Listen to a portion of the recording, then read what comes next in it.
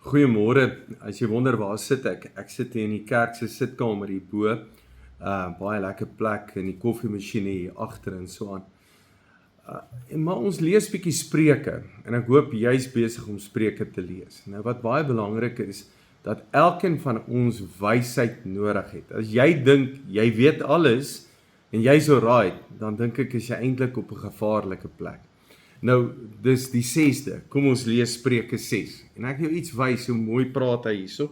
Spreuke 6. Hy sê as jy vir iemand borg gestaan het, my seun, as jy jou verbind het vir 'n ander, verstrik geraak het deur wat jy gesê het en vasgevang is deur jou eie woorde, doen dan dit, my seun, en red jouself, so as jy in 'n ander se mag beland het. Gaan soebat hom, gaan pleit by hom, moenie gaan slaap nie, bly wakker. Red jou uit sy mag soos 'n wilde bok uit 'n stryk, soos 'n voeltjie uit die net van 'n voëlvanger. Gaan kyk, hy sê dis hoe jy jouself moet red. Nou, ons lees net daai eerste sin, moenie borg staan nie. Maar ons besef nie wat ons moet doen nie. Ons moet onsself red. En dan sê hy, as jy iets gesê het wat jou met jou woorde vasgevang het, jy het 'n ding gesê en dan besef jy, maar ek is nou in die moeilikheid. Jy besef, ek het nou 'n verkeerde ding gedoen, verkeerde ding gesê. Dan gee Spreuke die raad. Hy sê soos 'n voël en 'n voëlverskrikker, 'n wildsbok wat bly skop en skop en skop en skop totdat hy los is. Hy gaan nie slaap nie. Die hartseer vandag is baie keer kom ons en ons sê 'n ding en ons weet ons is in die moeilikheid en dan ignoreer ons dit. Ons los dit uit en ons doen niks daaromtrent nie. Dan kom jy in groter moeilikheid. En die waarheid is, jy staan nie borg nie. Maar baie keer sê jy 'n ding, hoor jy, ek sal daar wees, hoor jy, ek gaan dit maak, en dan maak jy dit nie. Of jy kan dit nie nakom nie, of iets gebeur met jou.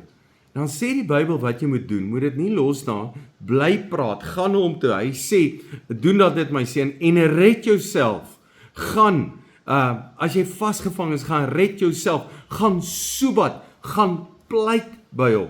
Nou, kan ek jou iets vertel van 'n pastoor? Ek dink een van die badste goed is, as ek 'n afspraak maak en ek vergeet die afspraak. Dit is vreeslik vir my. Nou, ongelukkig het dit al met my gebeur. Nou leer ek die jong ouens en hulle glo my nie. As jy 'n afspraak het en ek maak 'n afspraak met jou en ek vergeet die afspraak, watter rede ook al, en ek onthou, wie wat doen ek? Ek spring in die kar, ek bel, ek jaag soontoe. Ek sê, ek is jammer, ek het vergeet, ek is nou hier, ek vra groot om verskoning.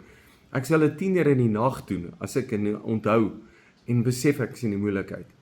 Want weet jy, ons is mense. Jy sê 'n ding wat jy jouself vasvang.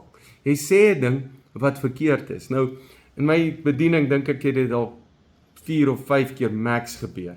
Maar vandag het ek Google kalender en ek boekie goed. Maar nou die dag, maak ek 'n afspraak met iemand, die maak 'n tyd, alles, maar ek vergeet dit om dit te boek. En die hele tyd in my agterkop het ek dit, ek vergeet iets. En hier in die middag, stuur die ou vir my 'n boodskap, hoorie, gaan jy nog kom? Ek kry die boodskap eers 2 ure later, op WhatsApp. Ek voel sleg, spring in die kar, jaag soontoe, kom by hom uit en alles.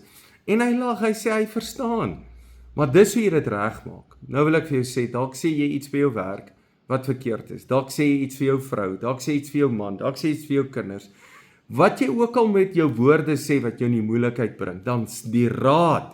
Moenie gaan slaap nie, gaan soebat, gaan pleit, gaan vra om verskoning. Sê ek is jammer, ek kan dit nie doen nie, ek het 'n fout gemaak, ek het 'n verkeerde ding gesê, verkeerde ding gedoen. Gaan maak dit reg, moet dit nie los nie. Dink net hoe bad sal dit wees, as ek 'n afspraak vergeet, ek weet daarvan, en ek bly net stil, doen net niks nie.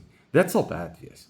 Maar as ek dit gaan regmaak, eendag het 'n ou gekom en 'n rekenmeester, hy maak 'n fout, en hy vertel van my persoonlike goed vir iemand, en ek sê, maar hoe kan jy dit doen? En hy besef, hy het 'n fout gemaak. Hy kom met 'n stukkie biltong, en hy 'n stuk biltong, nie 'n stukkie nie, 'n groot stuk. Hy sê, ek vra om verskoning, ek is jammer.